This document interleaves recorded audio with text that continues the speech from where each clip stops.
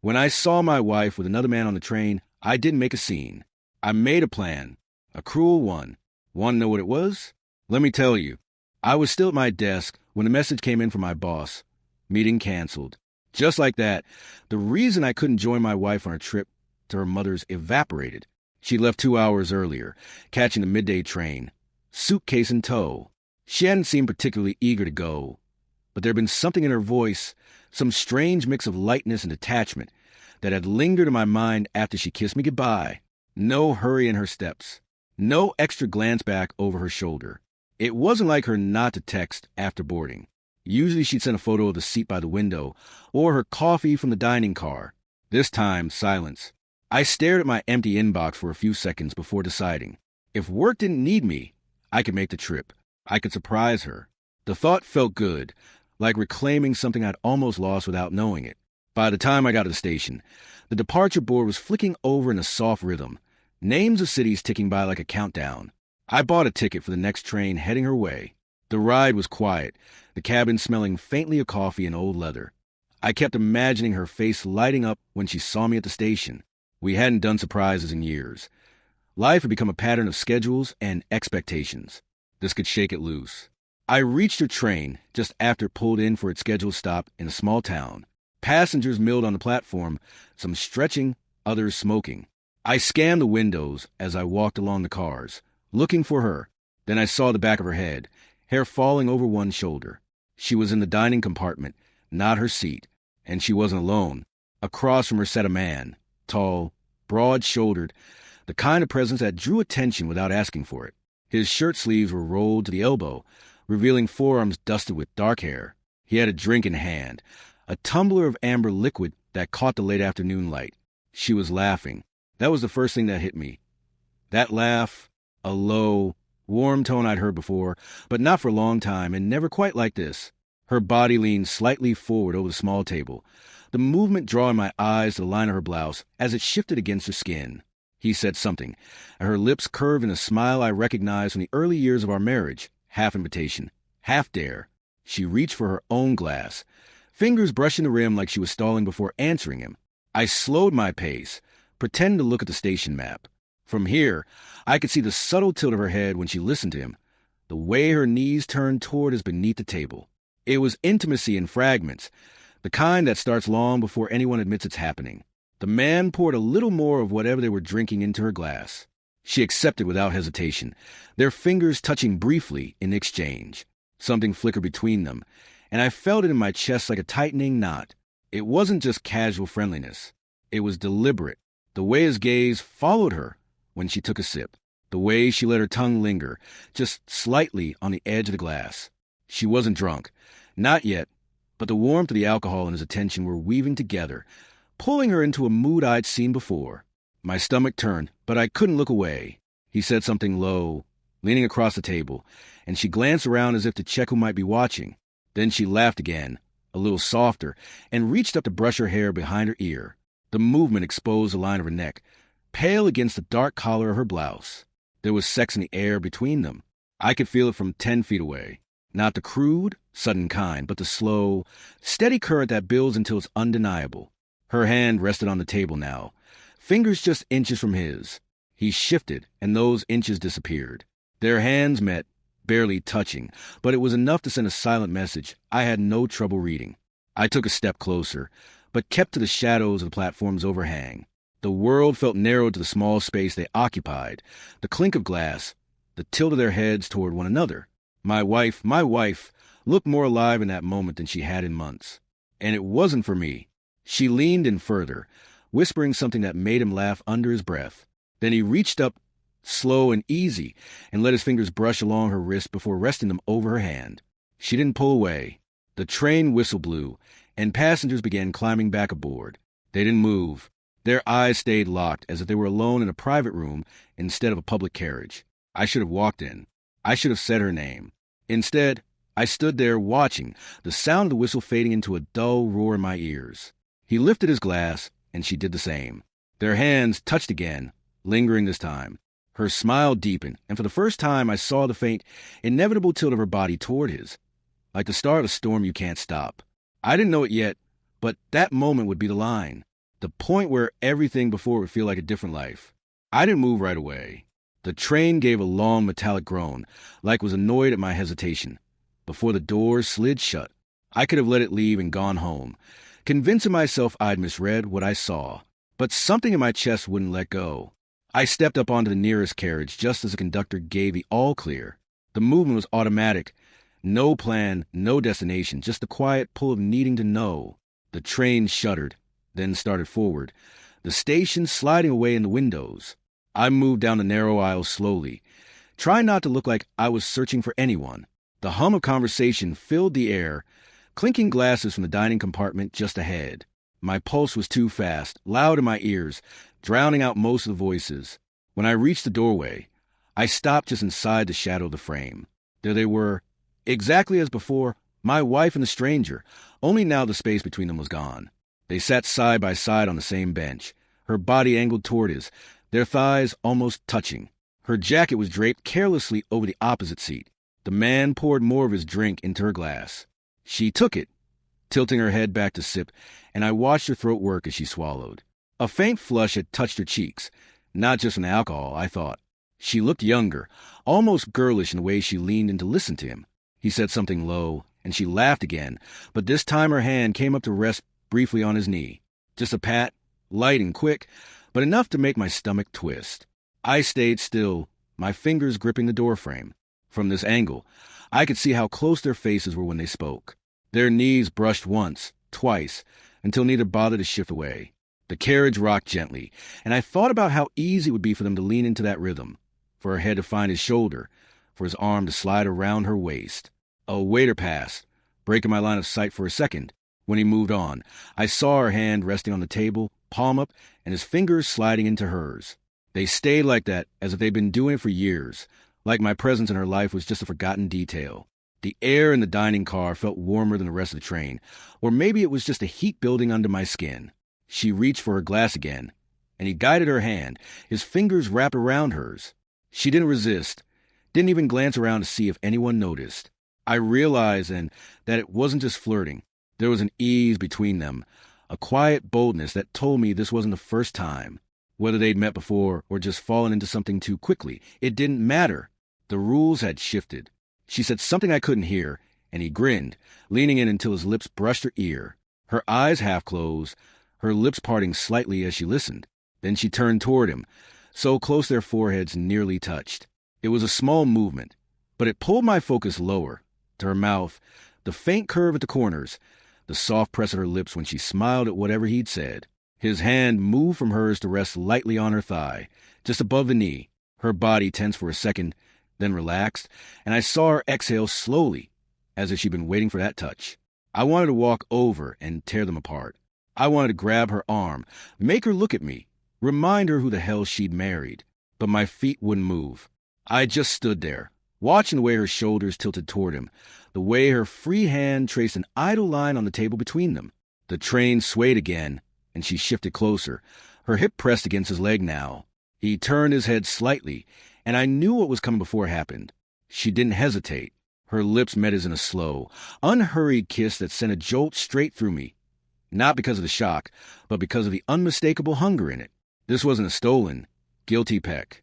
This was something deliberate, intimate, drawn out. She kept her hand on his thigh as they kissed, her fingers curling slightly. I felt the blood rushing in my ears. The waiter passed again, this time glancing at them without comment, as if such things happen here all the time. When she finally pulled back, there was a faint shine on her lips. She laughed softly, tucking her hair behind her ear, and he poured her more to drink. I didn't stay to see what happened next. My hands were already shaking as I turned away, heading for the far end of the carriage. I slipped into the next car, found an empty seat, and stared out at the blur of the passing fields. I knew two things for certain. One, there was no mistake about what I'd just seen, and two, I wouldn't be confronting her here. Not on this train. Not yet. Revenge, if it was worth anything, had to be timed perfectly, and I had just started the clock. The train rocked gently beneath me, the rhythm a mocking reminder of the scene I'd just left behind.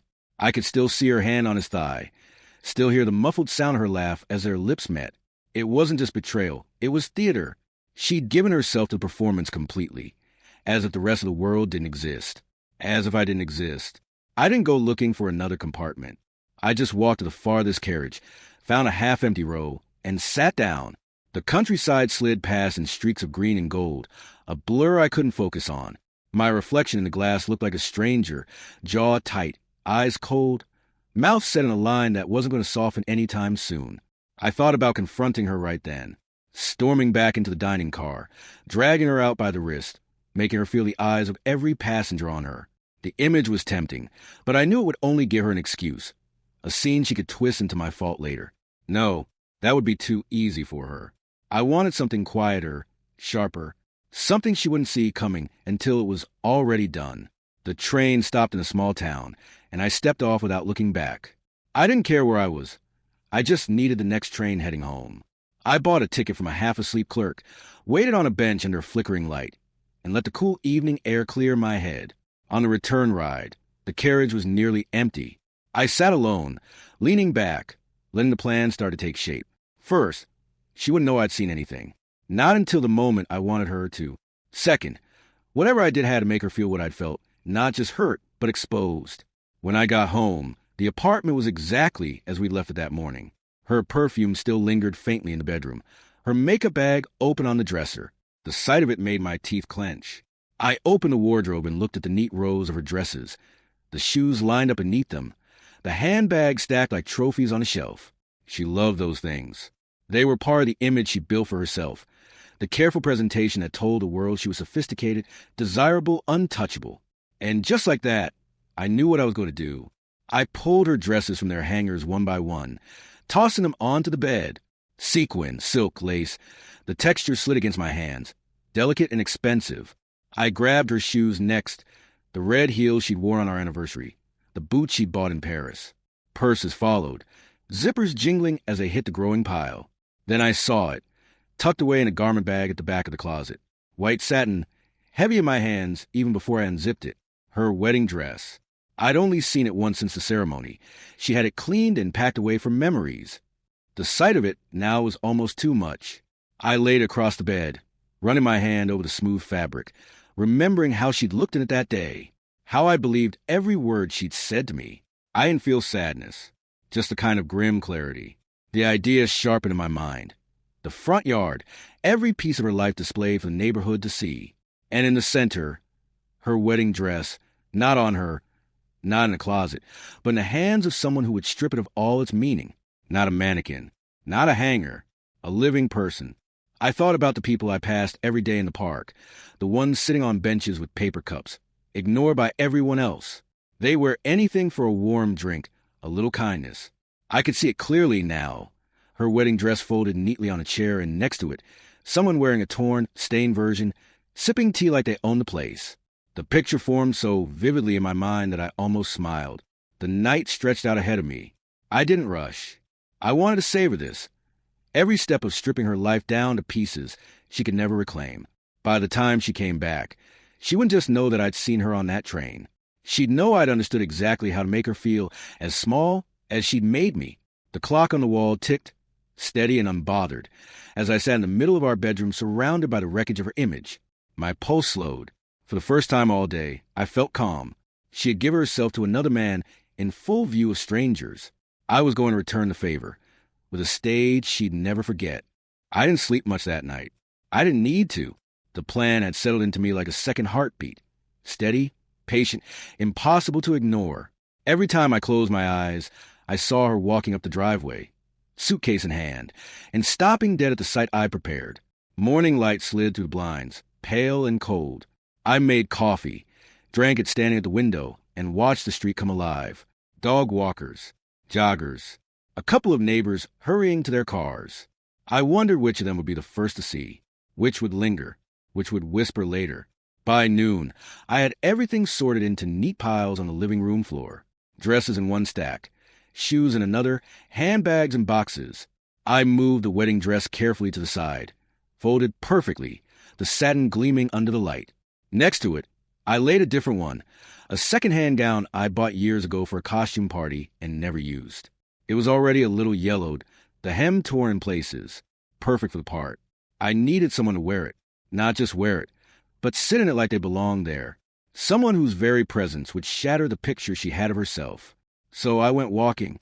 The park a few blocks away was where I usually saw them. Faces weathered by years outside, clothes layered and mismatched, eyes quick to size you up.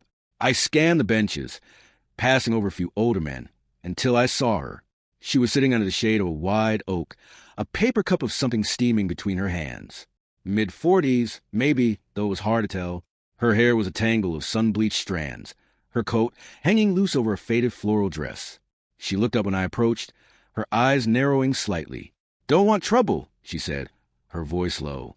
"Neither do I." I told her, "I have a job for you. Pays cash. Just for sitting in a chair for a while." Her suspicion didn't fade immediately, but the mention of money softened it. "What kind of chair?" "Porch chair," I said. "You'll be wearing a dress." "Wedding dress. Torn one, not the good one." She laughed sharp, sudden.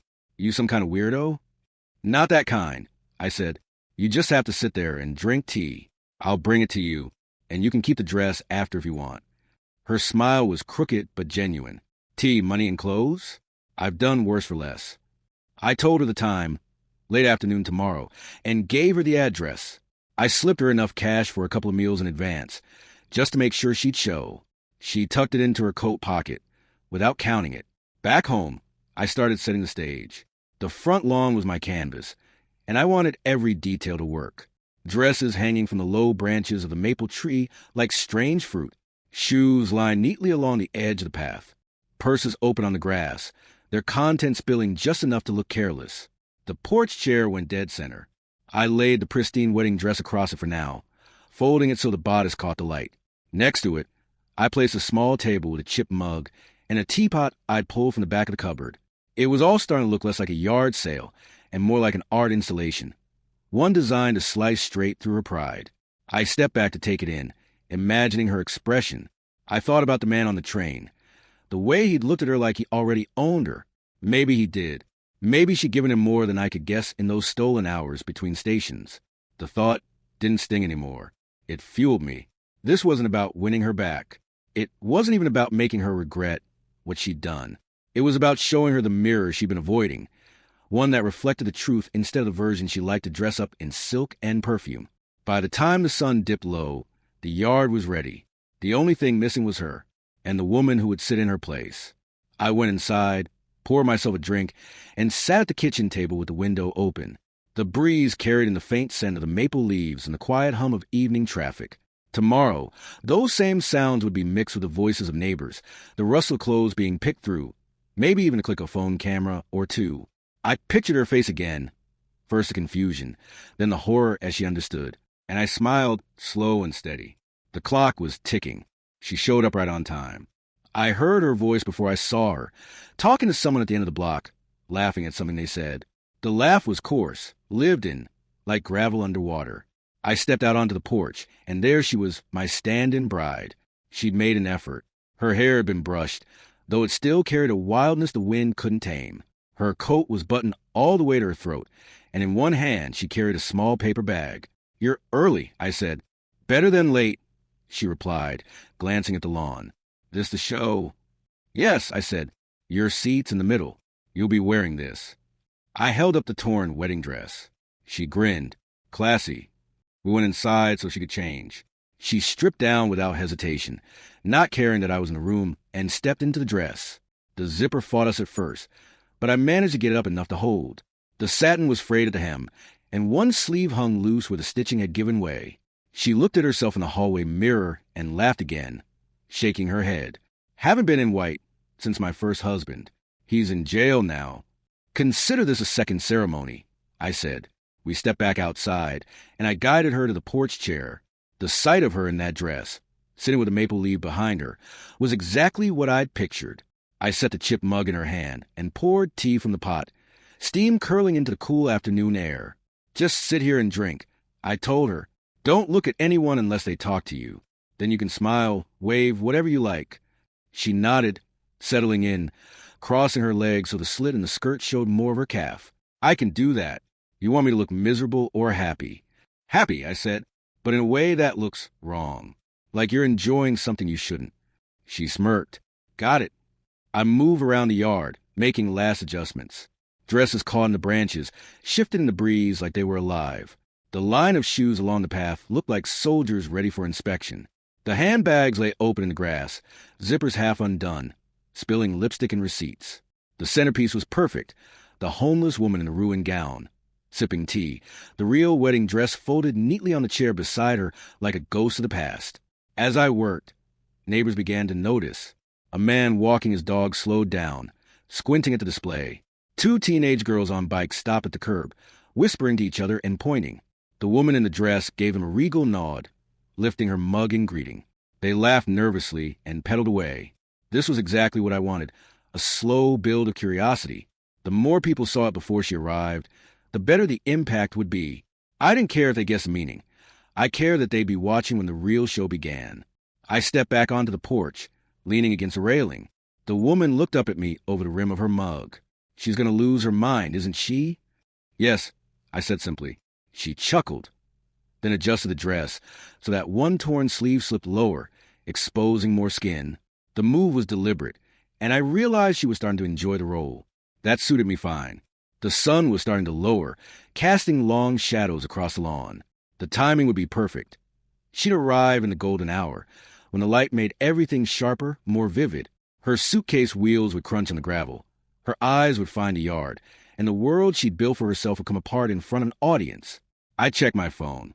Her train would be pulling into the station in less than 20 minutes. That meant she'd be here in 30, maybe 35. Inside, I poured myself a drink and stood at the window, watching. People were starting to linger longer now. Neighbors who'd seen me before but never spoken, passers-by who slowed their pace. The woman in the dress kept her composure, sipping her tea like she was at a garden party no one else had been invited to. The tension in my chest wasn't anger anymore. It was anticipation. The kind you feel just before the curtain rises. When the time came, she'd walk into a scene she couldn't ignore, couldn't explain away. And I'd be there, center stage, to deliver the only line that mattered. I heard the taxi before I saw it. Wheels crunching over the gravel, the low hum of the engine cutting through the quiet murmur of neighbors still hovering nearby. My heart didn't race. It slowed, steady and deliberate, like my pulse was keeping time with the moment I'd been building toward. The cab turned into the driveway. From my place on the porch, I had the perfect vantage point. The woman in the torn gown sat calmly, sipping her tea, the real wedding dress folded neatly on the chair beside her. The breeze caught the hem of the ruined gown, making it flutter just enough to draw the eye. The taxi door opened, and there she was, my wife. She stepped out in a fitted skirt and blouse, hair a little messy from travel, sunglasses perched high on her head. Her suitcase wheels clicked on the pavement as she started toward the house. At first, she didn't notice. She was looking at me, a small, surprised smile starting on her lips, until her eyes shifted to the yard. The smile froze.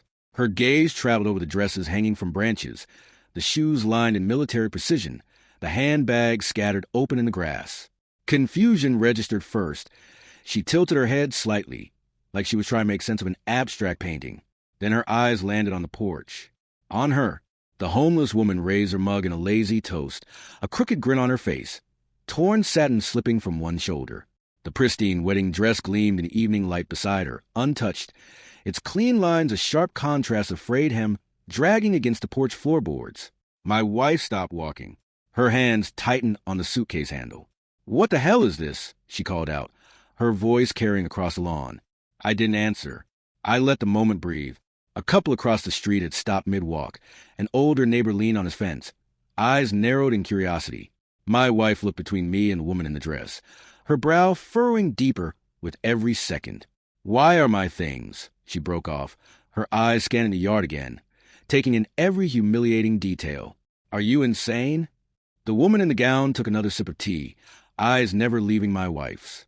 Then she set the mug down and smoothed the skirt across her lap with exaggerated care, as if she were the real bride and this was her home. My wife took a step forward, but her pace slowed when she saw the audience, neighbors, strangers, even a couple of kids on bikes who'd stopped to watch. I knew her well enough to see the flicker of panic beneath the anger. She hated being exposed, hated losing control of the narrative. I stepped to the edge of the porch, leaning on the railing. "Surprise," I said. Her mouth opened, but nothing came out. The homeless woman chuckled softly, a sound that carried in quiet. The wind shifted, and the branches above rustled, making the dresses sway like dancers caught mid-spin. "This isn't funny," she said finally, her voice tight. "Put my things back inside. Now." I shook my head slowly. "They're not yours anymore." She blinked at me, her face a mix of disbelief and fury. "What are you talking about?" "I saw you," I said, my voice low but clear enough for the onlookers to hear. "On the train. With him." Color drained from her face, then rushed back in a flush. "You!" She glanced quickly at the people watching, lowering her voice. "We can talk about this inside." I stayed where I was. "No, we're done talking." The homeless woman leaned back in her chair, resting one arm on the folded wedding dress beside her. "Pretty thing, isn't it?" she said to no one in particular. My wife's eyes darted to her, then back to me. She was calculating. I could see it, trying to decide whether to fight, to plead, or to walk away. The weight of the stairs around her pinned her in place. I let the silence stretch until it felt like the whole street was holding its breath. Then I stepped back toward the door. "Enjoy the rest of your trip," I said. Her jaw tightened. "Where are you going?" "Inside," I said, and closed the door behind me. Through the thin glass, I could still hear the low murmur of voices outside. The neighbors, the homeless woman's easy laugh, and the sharp clack of her suitcase wheels as she finally turned and walked away from the porch. The show was over, but its echoes would last. She didn't knock. Not right away. I stood in the kitchen, listening to the murmur of voices outside fade into the hum of early evening traffic.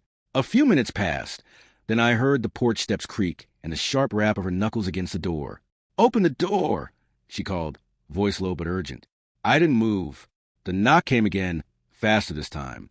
"You're making a scene," she hissed through the wood. "Let me in. We can talk about this like adults." I almost laughed at that. Like adults. She'd sat in a train carriage letting a stranger's hand wander her thigh while the world passed by outside, and now she wanted maturity. I stayed silent. After a while, the knocking stopped. I peered to the narrow gap in the curtains and saw her standing there, back straight, jaw tight, eyes flicking to neighbors still pretending not to watch. She bent down, grabbed her suitcase, and pulled it toward the sidewalk. The homeless woman in the torn gown still sat in her chair, sipping tea, a small smile tugging at her lips. She caught my wife's eye and gave her a slow nod, the kind you give someone when you know you've just beaten them without lifting a finger. My wife looked away quickly.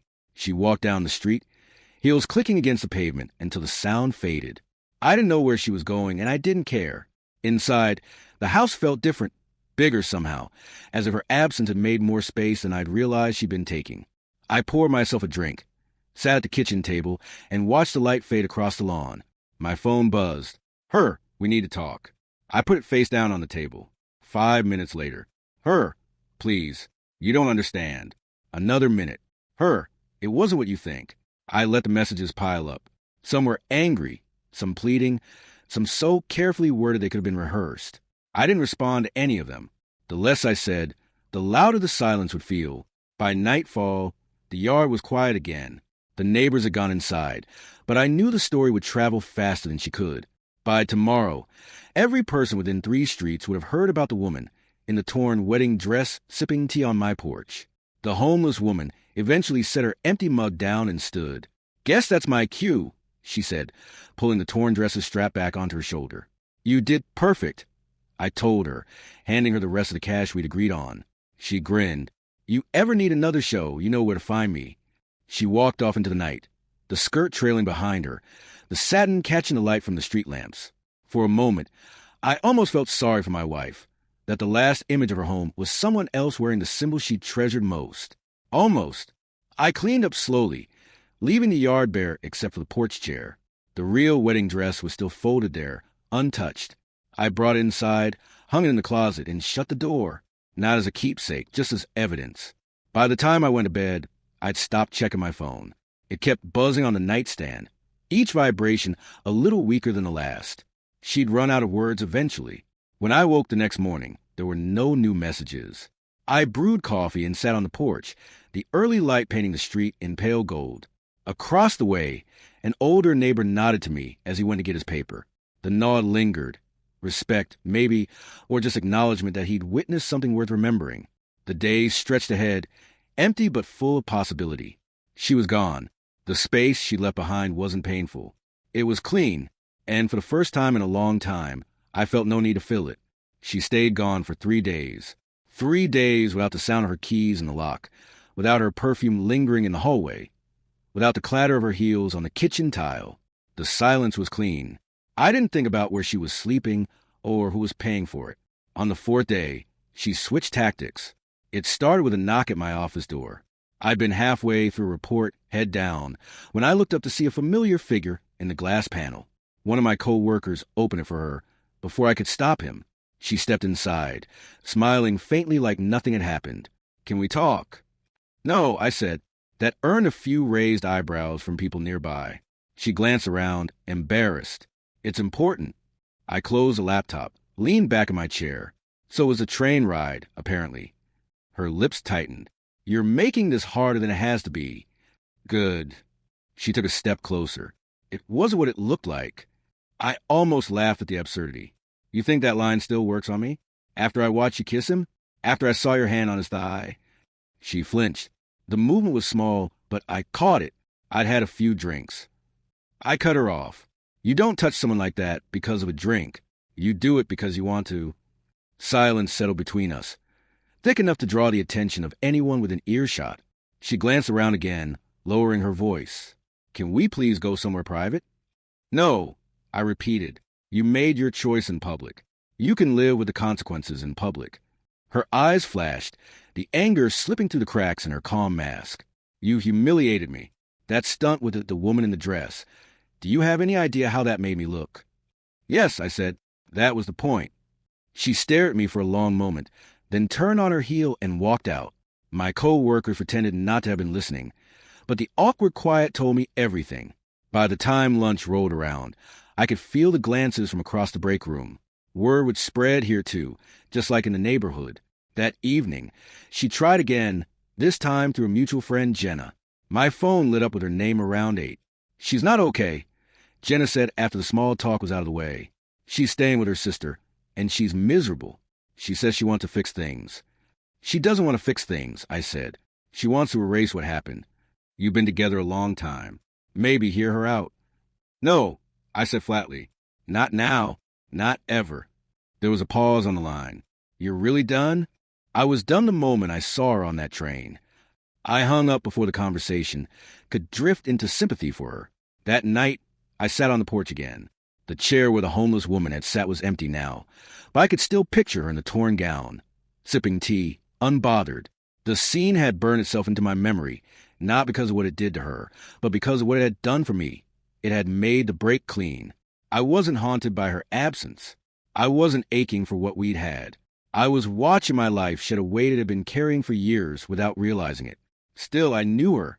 She wouldn't stop here. She'd try something bigger, something designed to corner me into a face-to-face conversation. And I'd be ready for it. Because every time I thought about letting her back in, I saw the train window, the way her body leaned toward his, the way her eyes softened when he touched her. That was the truth. Everything else was just noise. It happened on a Saturday afternoon, just as I was coming back from the grocery store. The sun was high, the street quiet except for the faint buzz of a lawnmower somewhere down the block. I turned the corner and saw her immediately. She was standing on the front lawn, my lawn, dressed in the same red coat she'd worn the winter we met. The sight of it stopped me for half a second. That coat had once meant something warm.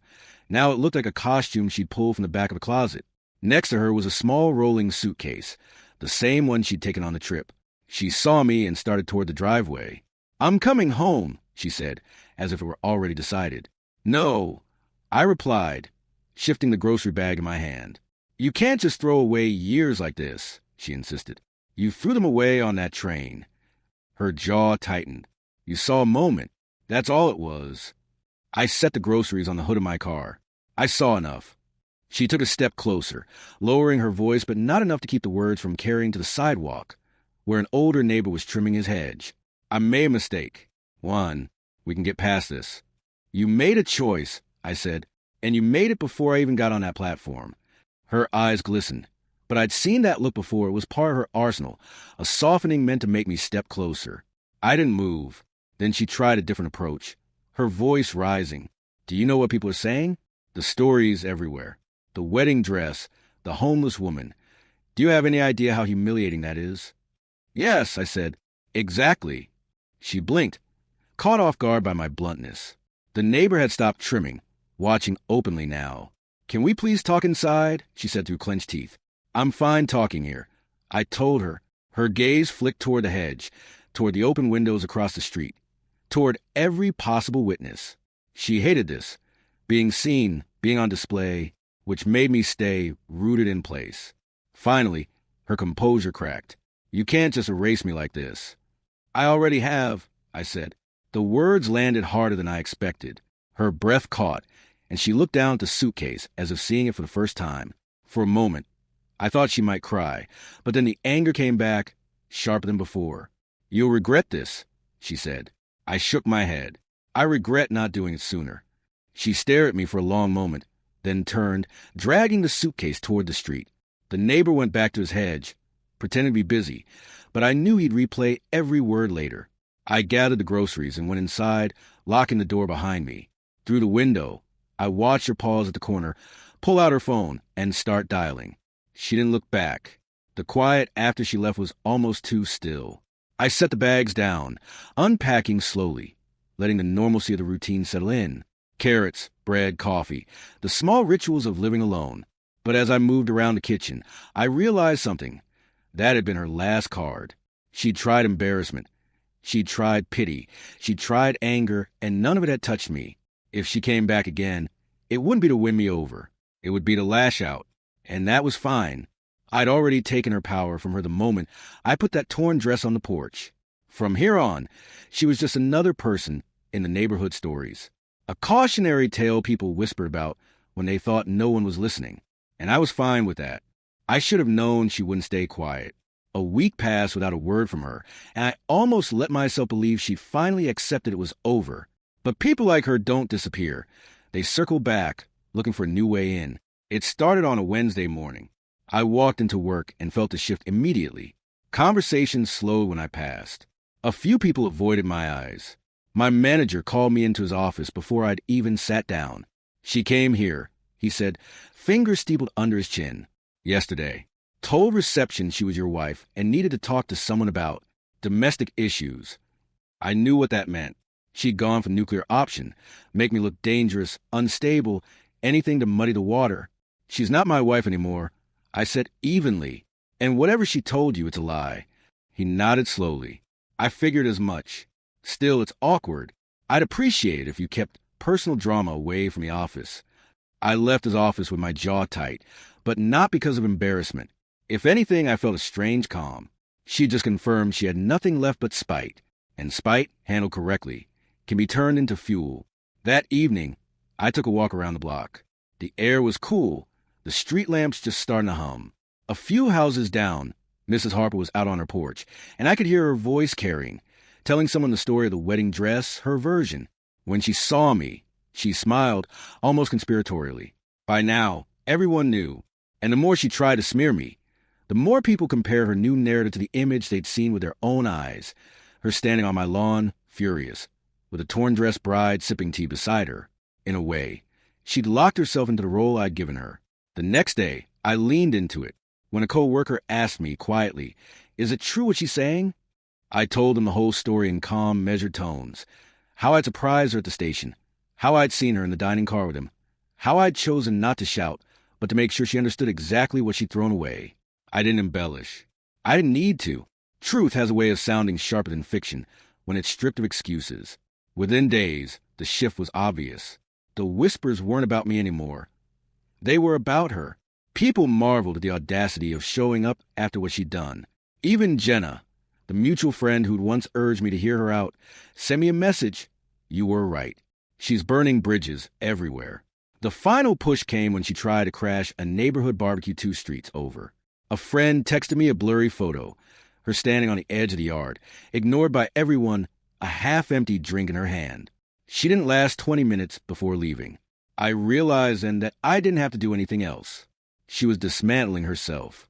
Every step she took to hurt me just confirmed my side of the story, and every person who saw it added another layer to the cautionary tale she'd become. That night, I sat on my porch with a beer, the air warm and still. The chair where the torn-dressed woman had once sat was empty, but I could still see her in my mind, calm, unshakable, perfectly out of place in a way that made the whole street stop and look. It had been a performance, yes, but it had also been the truth, and the truth didn't need defending anymore. It was out there, walking on its own, telling itself to anyone who cared to listen. I leaned back, took a slow drink, and thought about how close I'd come to letting her rewrite the ending. Not anymore. Not in this lifetime. 2 weeks passed without another sighting. No knocks on the door. No surprise appearances at work. No messages from mutual friends trying to broker peace. I could almost believe she finally learned to stop chasing a door I'd already bolted shut. Then, on a quiet Sunday morning, I saw her for the last time. I was walking back in the cafe. Coffee in one hand, a paper bag with still warm croissant in the other. The street was mostly empty except for her, sitting on the low wall outside the convenience store, a cigarette between her fingers. She saw me before I could turn away. "You're really not going to talk to me?" she said, standing. There's nothing left to say. Her hair was pulled back carelessly, strands escaping in the breeze. The coat she wore was wrinkled, her makeup faint and uneven. It was a far cry from the woman who used to leave the house polished like she was stepping into a magazine spread. "I don't deserve this," she said. "You deserve exactly this." I replied, her mouth twisted. "I made a mistake. 1. You destroyed my reputation, my friendships. You destroyed those yourself. I cut in. I just gave you the stage." She flinched at the word stage. Maybe she remembered the torn wedding dress, the way the neighbors had gathered, the way she'd frozen under their eyes. I hoped she did. That memory was a line she'd never be able to cross back over. For a moment, her expression shifted, anger giving way to something smaller, almost fragile. "We could have fixed it," she said. "No," I told her. "We couldn't." She looked at me for a long time, then dropped the cigarette, grinding into the pavement with her heel. Without another word, she walked away. I stood there until she turned the corner and was gone. When I got home, the house was quiet. I set my coffee on the table and stepped out onto the porch. The chair where the homeless woman had once sat was still there, the chipped mug still on the little side table. I hadn't moved them, not out of sentiment, but because I liked what they represented. Proof, a reminder that I'd ended things on my own terms. The maple tree's branches swayed in the wind, though they were bare now, no dresses fluttering like ghosts. The yard looked ordinary again to anyone passing by, but I could still see it as it had been. The scent of a scene no one in this neighborhood would forget. My phone buzzed once on the table. I didn't look at it.